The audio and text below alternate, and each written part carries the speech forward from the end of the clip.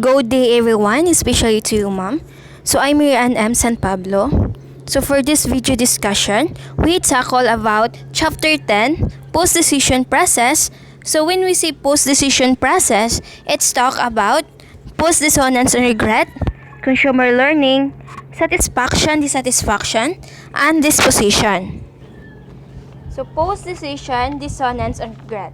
So dissonance, it means inconsistency. So ang dissonance, you are inconsistent of something. You are not truly satisfied of what you are buying or unsa imong mga decision. So if inconsistent ka sa imong gi-purchase or the decision you made, so diha na dayon mo occur sa regret. Because consumer are not always confident about your acquisition, consumption, or disposition decision.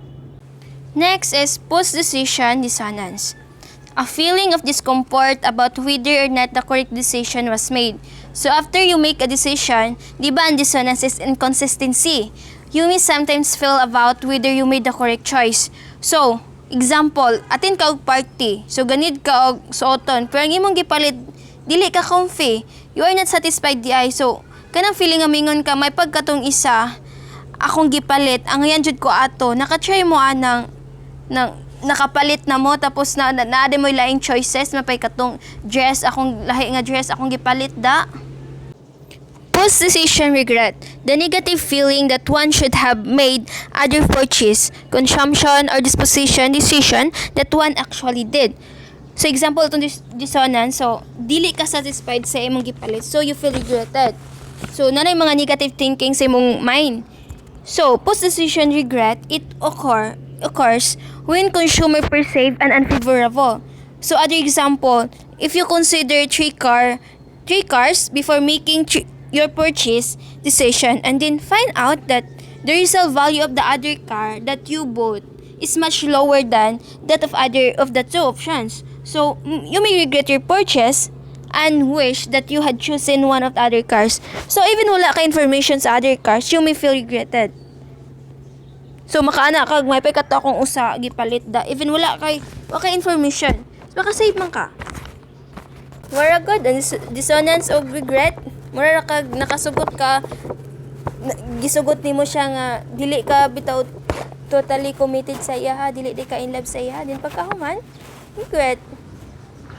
Nag-regret kasi imong decision. May pag-una ko to gibata dili man ta inani, dili man ta ako makapasakit og tawo, dili man ta ako masakit og inani ana botya. Next is learning from consumer experience. So, consumer also acquire knowledge by direct experience because it is important source of consumer knowledge for several reasons. So, natay gitawag nga mga loyal customer, which is nakahatag siya good impact sa imong company by promoting your business through word of mouth, marketing advocates for your brand and product or services. Next is a model of learning from consumer experience. So, hypothesis testing, comparing prior belief or expectation with new information, such as evidence from experience. So, when we say hypothesis testing, a premises that we want to claim. So, consumer can learn from experience by engaging in a process of hypothesis testing. So, in a hypothesis, magdinara kay mga prior beliefs or expectation. So, haron matest nimo imong mga prior beliefs or imong expectation, dapat mo kuan ka aning 4 stages, which is the hypothesis generation, exposure to evidence, encoding of evidence, and integration of evidence. So, mo ni ang mode of learning for experience nga, mo ni ang 4 stages sa hypothesis generation, exposure to evidence, encoding of evidence, and integration of evidence. So, ang hypothesis testing, di ba, prior beliefs, kita ninyo na prior beliefs, mo na hypothesis testing. So, haron makuha nimo ay mong hypothesis testing, ay mong mga expectation, mo go ka through hypothesis generation. So, example, first is hypothesis generation. Bitan, kita ka og kanang advertisement about sa beauty product, about Brilliant. Kita na nimo siya through advertising, na kay mga expectation na kay mga prior beliefs about ana nga product. So based sa mga information na kita nimo sa advertisement, ga-forecast nakadaan. Bali forming expectation about the product. So next is you seek out exposure to evidence. You are going to try the product so that you can assess whether it's good or not. Mo na gitawag nga encoding the evidence. So after using a product, I know dili man na mo ipik odrada, di ba? At least you can integrate so that you can integrate evidence with your existing knowledge. So if the product is fit on your skin and if you really likes it. So kung dili affected sa imo ang product, syempre you can form a belief that na dili tanang beauty products is mo fit sa atong skin. Sulay-sulay lang, basta hindi masalagman namang gyud sa atong mga sensitive skin, di ba? So, makumpare din to nimo imong mga prior beliefs o imong new information. So, next is what affects learning. So, factors affecting learning from experience. So, we have motivation, prior knowledge or ability, ambiguity of information, lack of opportunity, processing bias, so it means confirmation or overconfidence. Then strategy, so we have tough dog and underdog. So, motivation. First is motivation. So, when consumers are motivated to process information, they will generate a number of hypotheses and seek out information to test them. So, like, anong natay ganahan nga product, ano makita lang nato sa Shopee, Lazada, Facebook, or YouTube. Diba, if you are motivated, yun na musik. Kung motivated yun kayo, kamusik, mangyod ka because you are motivated on that products. So, para sa gudan ng kanabitang loyal kay ka sa imong kuan di gamit nga beauty product. Diba perminti ka mo palit ana mo na ginay gamit nimo because you are motivated on that product nang ganahan jud kay ka ba. Next is prior knowledge or ability. Consumer prior knowledge or ability affects the extent to which they learn from experience. So because when knowledge is high, consumer likely will define beliefs and expectation. Ambiguity of information. When there is not enough information from the consumption, experience to confirm or disprove one hypothesis. So, there is ambiguity of information, which is hard to establish how good the product or services experience actually is. So, like anang nag-order ka sa Shopee, pero lahi mong nadawat nga order. So, ambiguous consumption information can reduce consumer ability by learning from experience. Diba, pag malahi na jud pamanan lahi ang ni order kag Shopee pero lahi day naabot ganahan pa day kamo order og balik ganahan pa day kamo try di ba di na magka-reduce gid ang consumer ability. So next is processing bias. Confirmation bias and overconfidence can pose major hurdles to the learning process, particularly when evidence is ambiguous. Next is strategies. So, first is Top Dog, a market leader or brand with a largest market share. When you say Top Dog, mo ni ang kanabitang company nga well-known na siya ba? Then, pag well-known na siya, daghan na ka siya strategies nga mahimo. So, ang market share niya, so dagkot pamaitan na kay market share sa imong sa iyang company nga 40%. Kung pila ang revenue or pila ang profitability, mo boy madawat nimo. Kay dako man kag market share. So mo na strategy sa Top Dog. Kanang market leader brand with the largest market share.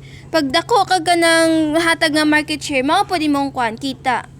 Dako kag madawat kung dako pud yung market share. Kung pila ka percentage, kaya market share about man na siya sa mga percentage. Kung pila imong percentage, kung pila imong makuan gihatag, mao pa yung madawat nga percentage. Next is underdog, a lower share that is perceived to be doing in spite of the odds against us. So, kung as in underdog, kung gamay kag share sa company, sa market, kung gamay ra kag gi-share, pitan ga share kag pila ka percentage. So kung pila ang kuan, kung pila ang halinon, so gamay ra po kag madawat, gamay ra man kag share. Kaya ang underdog man god, kanabitan di kanang ilang status sa society is dili pa kayo nun ba, dili pa kay sila famous, kanabitan dili pa kay siya high in. Unlike sa Top Dog, kay mga kuan naman to sila mga successful companies. In business, so maagi jud kag kuan kanang underdog so sa kamabutang sa Top Dog. How do consumer make satisfaction or dissatisfaction judgment? So, satisfaction, the feeling that a purchase decision, kanabitang satisfaction, satisfied ka. Taning palit kag naka-expectation sa products. So, pag abot sa products is kanang gamit imong expectation ba? Sakto day imong gi-expect. So, satisfied ka. So, ang dissatisfaction, the feeling that purchase decision. So, ang dissatisfaction kung nag-order ka, pero lahi day imong kuan. So, dili ka satisfied sa imong pero ito ang imong gi-expect is dili di mao. So, bali, ang judgment ni satisfaction is always good. Mga positive, yung sa dissatisfaction is mga negative. Imong judgment na is mga negative. Good day everyone, I am Mary Jane Ontimara and today I'm going to discuss about causality and blame. The first is attribution theory, a theory of how individuals find explanations for events. So for example, naatay ang menu dito is naay humba, pansit o ginagmay o uban pa dayon. Naay niabot nga customer. Ang ilang gi-order is katong pansit o humba. What if dili sila masatisfied sa imong pagkaon? Di ba mo complain man na sila sa imuha nga ang sudan kay naay hugaw or kanang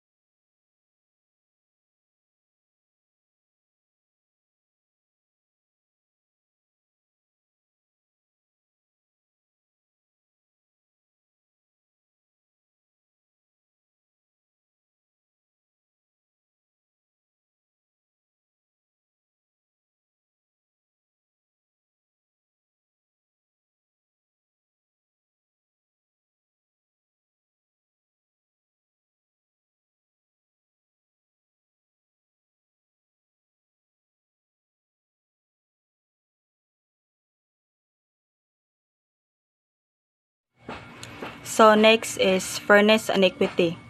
Equity theory, a theory about the fairness of exchanges between individuals, which helps in understanding consumer satisfaction and dissatisfaction. So for example, sa equity theory is kung mo'y buyer dayon, naay salesperson, so butang nako nakoy gipalit na item niya kay ang salesperson di ay kay kana bitong did not pay enough attention sa imuha nga kanang dili kay information ba, so dapat ang salesperson moatag siya kanang enough information sa buyer nga kanang naatay kanang butang na to naatay paliton nga dili ta magmahay sa atong item na napalit. Mao nay kuan sa equity theory. Next is fairness in the exchange. The perception that the inputs of people involved in an exchange are equal. So examples sa fairness in the exchange is pananlitan o matug triple I. Natay paliton didto sa nina sa bata. Dayon pag abot sa balay is butang nato dili niya makaigo. So nakaunaw na ta nga atong ibalik to nga item. So pwede siya mabalik pero ang katong gibayad nimo is dili na pwede. So ang dapat nimong buhaton is pailisa na lang og lain nga item. Monay kuan sa fairness and the exchange. Next is satisfaction and dissatisfaction based on feelings. Consumers can also experience satisfaction and dissatisfaction on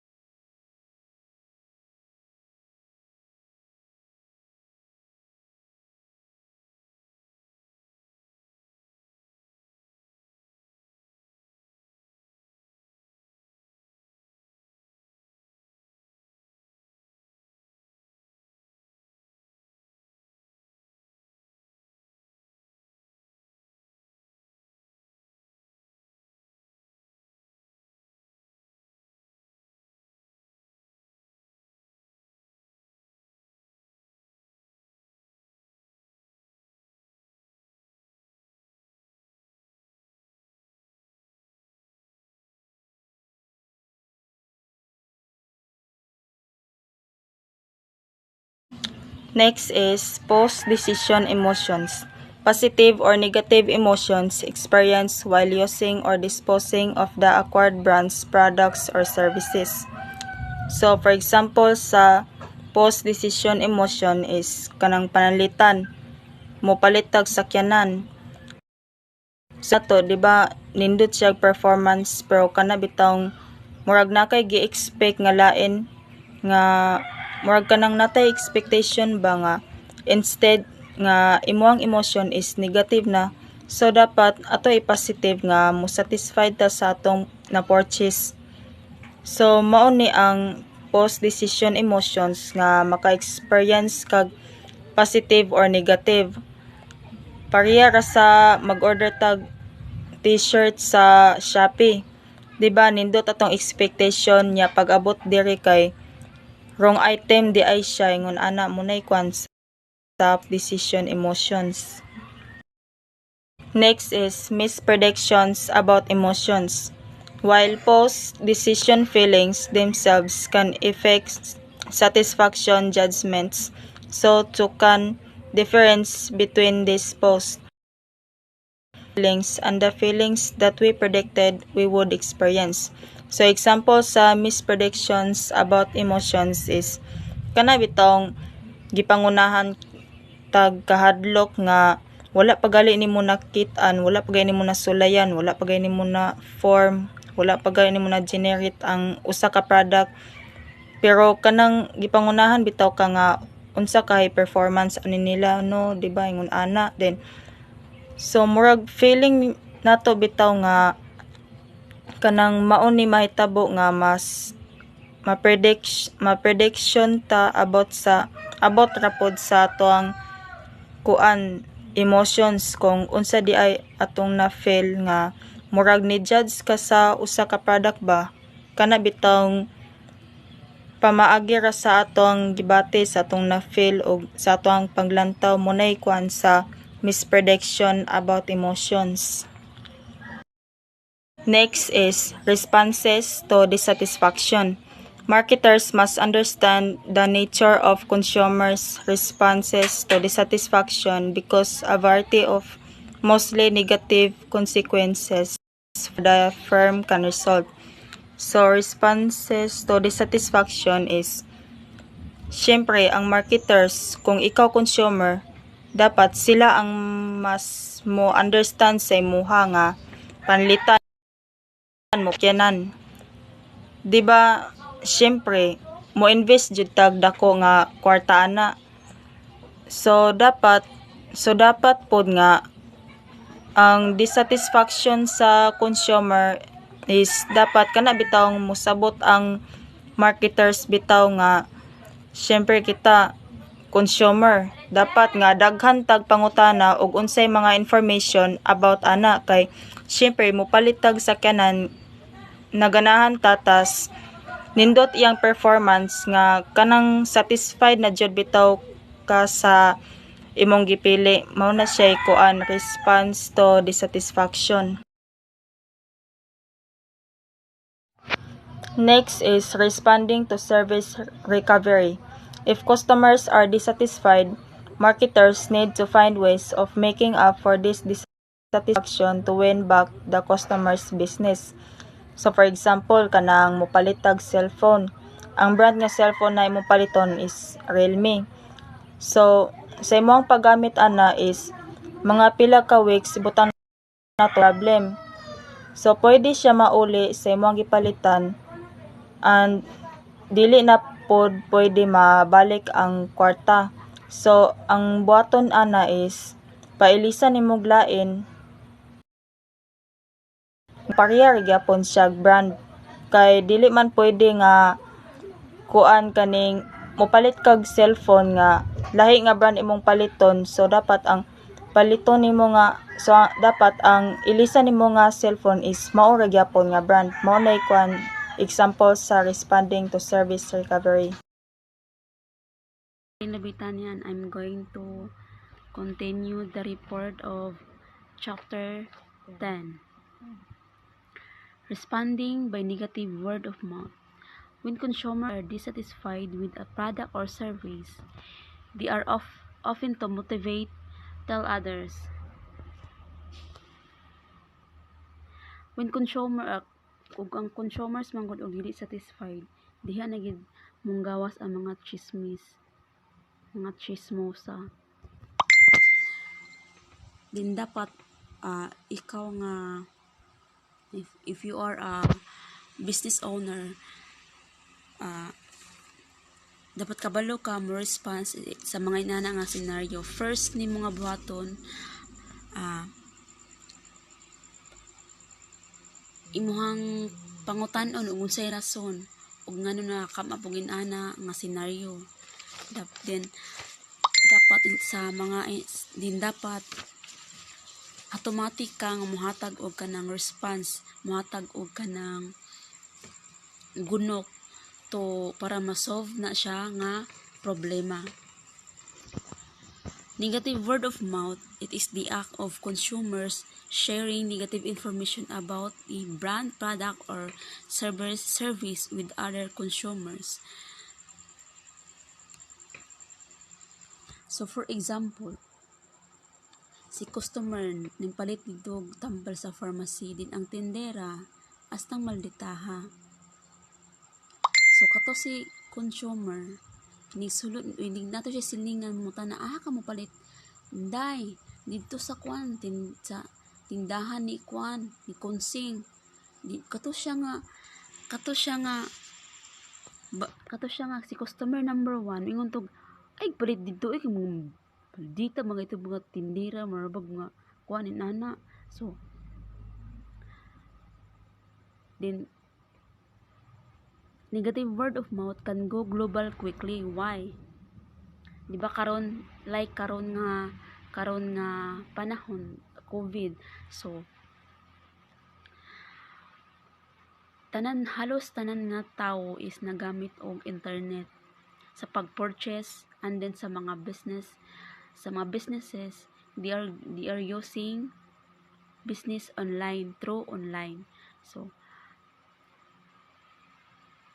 ang mga consumer ato nga naay mga negative mga wala ganahi sa ilang product, so dito sila gyud maghatag og negative comments dito sa internet or sa page nga ilang ikuan, or ang uban na is i-post pag yun sa example sa Facebook dito magyama-yama.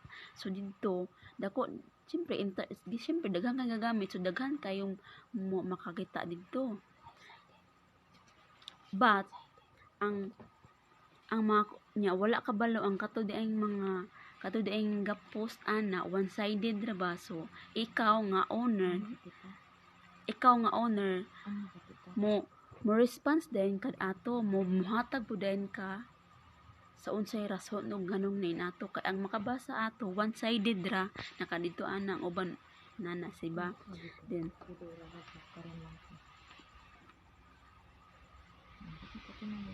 There are 59% of consumer use social media to air complaints, and then 74% of participants were influenced their buying decision by the comments they found.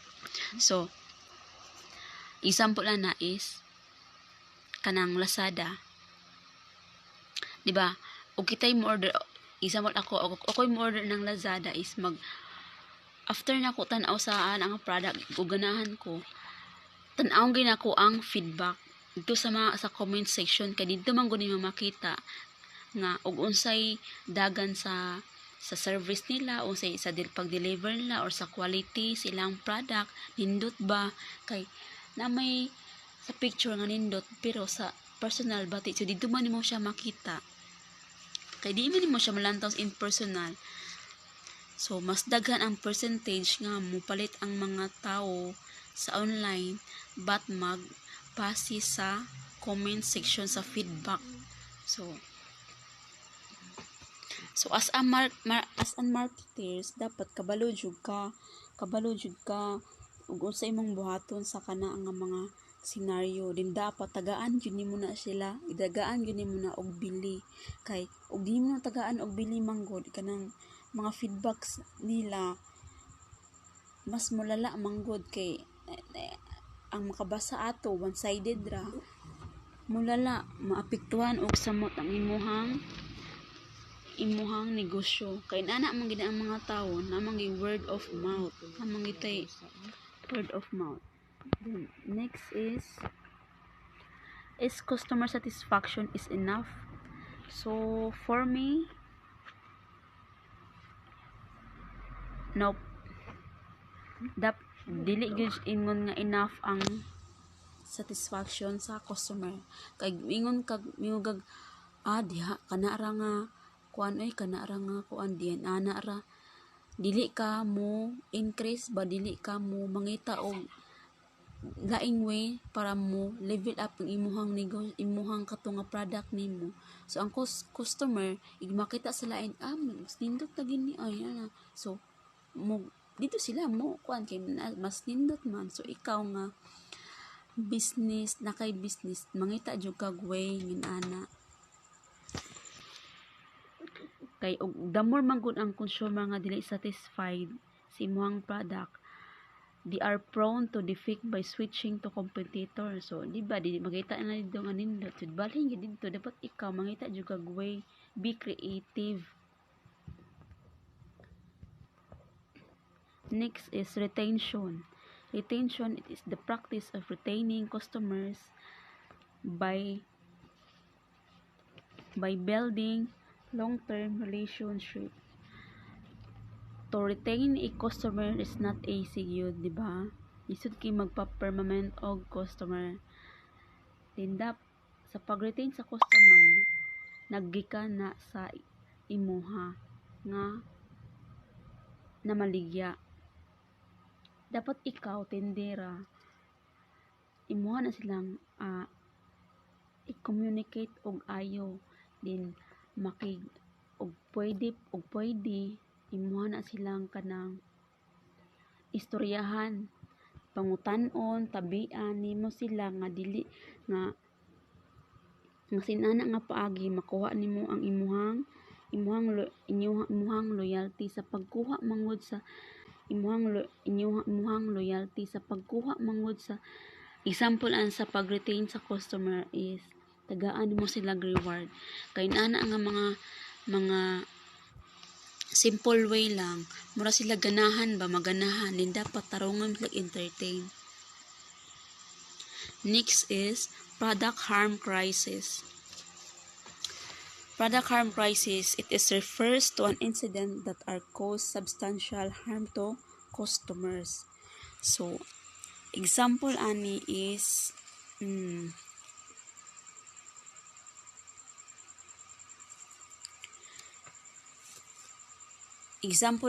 cellphone nga example ani is airbags sa imong sakyanan. Then example kato nga sakyanan is Kawasaki.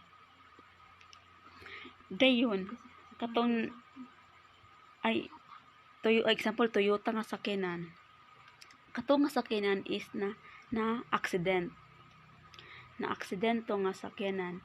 And then ang iyang airbags wala ning buto. Wala ning burot. So bati siya, kuan siya, imbis ang gasakay ato dili ra ka siya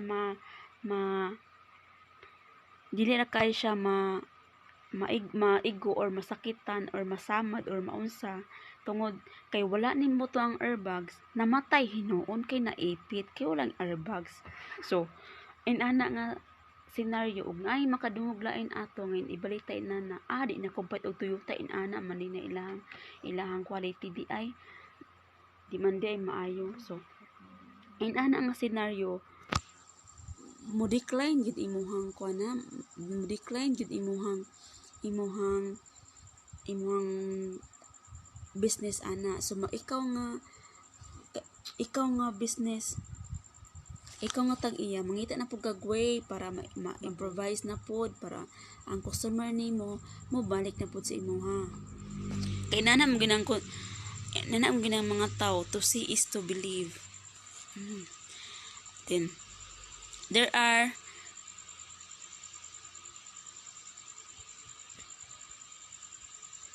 few ways to improve customer retention. So first is give great service. Imo silang tagaan og bili. Tarungon nimo og serbisyo, tarungon nimo og kanang entertain. Then sunod next is be quick to resolve issues. For example, ang imuhang product is, for example sa pharmacy, ang imuhang nahatag na tambal is kanang expire ka wala na bantayan.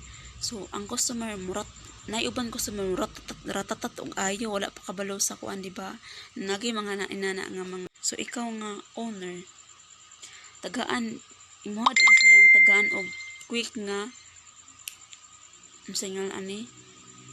quick nga response para ma-solve to siya para dili mo dako.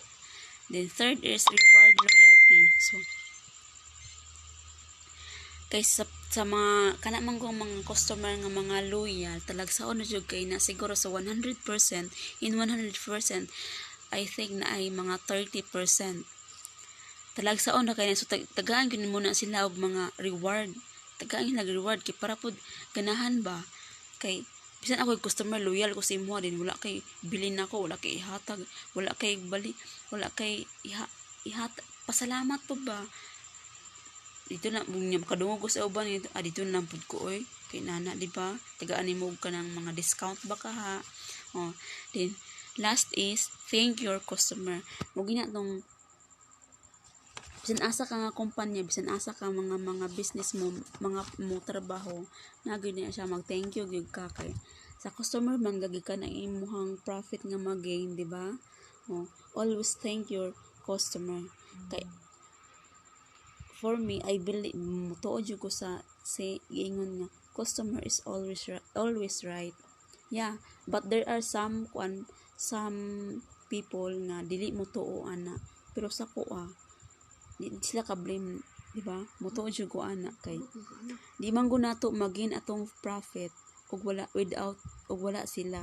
Bisan unsa pa na sila ka maldita or ka irresponsible mo palit sa imo ikaw nga tag-iya or ikaw nga tindira paubos lang jud ka.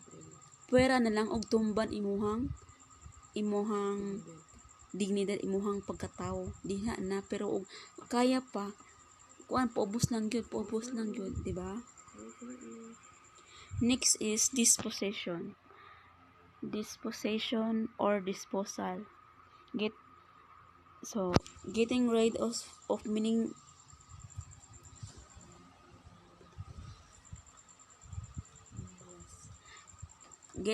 of meaningless or use up items. Meaningless ni siya, di siya meaningful. So sa pag-dispose nimo sa product or sa item, duha na siya. walay bili or magamit pa.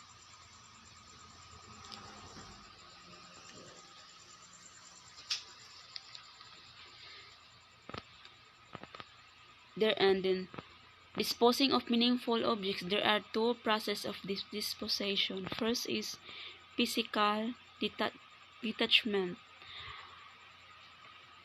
The physical detachment when an item is physically transferred to another person or location. For example, kidney. Di ba na may sa pag kuan nimo pag pakuha nimo kidney is kay nagpakuha ka kidney kay i-transfer nimo sa kuan lahi nga tao nga nag-need ana. So or another example is kanang dump site. Kato nga kuan kanang dump site is kanang dulog mga tao. So ang mga tao nagpalibot ato kuyaw kay makakuan silang health. So kato siya nga dump site, dapat ibalhin to siya sa lugar kung walay tao para dili siya maka-harm sa health sa tao. Then second is emotional detachment. This is a more detailed, lengthy and sometimes painful process. For example, ana is nakay anak, then gipa-adapt nimo kay tungod sa kawadon nga gunahon na ka nga di ka pa-eskwela ato niya. So kana nga desisyon nimo is critical kay, di ba? Anak gud nimo na siya, ani imuhang ipa-adapt. So kuan kay to siya kanang meaningful kay to sa imuha og sakit kay to siya sa imuha. Then in business pod, example na sa business is kanang nakay gamay nga area din kato nga area nimo is dugay na kaayo ato nga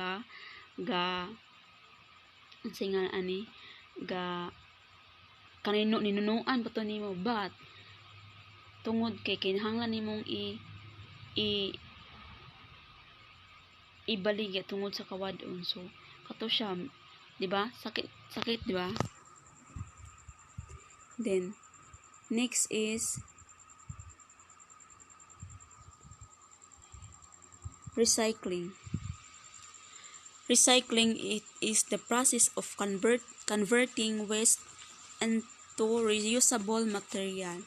Diri na nimo magamit ang the 3 R's. Reduce, reuse, recycle.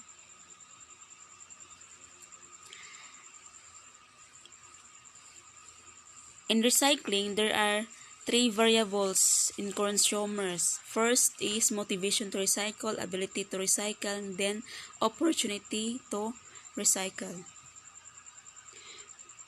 Motivation to recycle, perceive the benefits outweigh the cost, money, time, and effort. So sa imuhang self as a consumer, i-motivate mo imong self nga mag-recycle para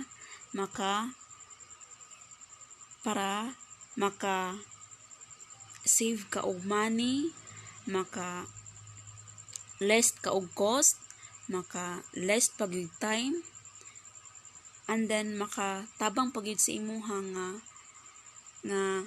din makatabang pagyud ka sa atong environment. Then second is ability to recycle. Consumers who know how to recycle is more likely to do so than who do not. So ang mga tao do, ang mga consumers, so we're talking about business manggod, so mga consumers manggod ang kanang kita nga mga consumers manggod ang prone aning mga recycle kay kita may magamit, kita may users. So ang mga consumers daw nga kabalong, di ba, ang kabalong nga mag-recycle is kuan gyud mas advantage gyud sa di kabalo kay makasave man, di ba? Consumers possess general knowledge about the positive environmental effects of recycling and Recycle is part of daily routine or it becomes part of. So, kita nga mga consumers nga naay nahibal-an about sa pag-recycle is kanang dako jugay tagtabang sa atoang environment. Aside ana, for example kanang kada buntag maglabay kag basura diyon kada buntag imo gani sila lahi. So kana ang abilidad nimo, kana ang ability nimo is mahimo nimo na siyang kanang routine nimo everyday, mahimo nimo siyang murag habit na lang ba nga mo na lang imong buhaton kada adlaw. So mas dako siyang impact sa imuha ug sa atong environment. So sa imuhang desisyon. Third is opportunity to recycle. Consumers must break old waste disposal habits and develop recycling behaviors. So for example ani is kanang kita consumers ipanglabay lang nato ang atong mga kanang example kanang ref nimo refrigerator. Ang imuhang habit sa una nga ipanglabay lang nimo to siya, pero karon imuha na siyang nakitaan nimo kuan ba opportunity nga inana nga imo siyang i-recycle kay tungod magamit pa kato imong ref nga imong ilabay sa una, pwede mo ito magamit, pwede mo itong himuong butangan kanang plato or so whatever nga pwede mo siya nga magamit. Aside munto kung giingon gani nga aside sa maka-save kag mga money, effort or etc., it can help to our environment. So magikan gyud sa tuang mga consumers, kita nga mga consumers ang tanan, di ba? So that's all of my report, and then thank you for listening, and God bless us all.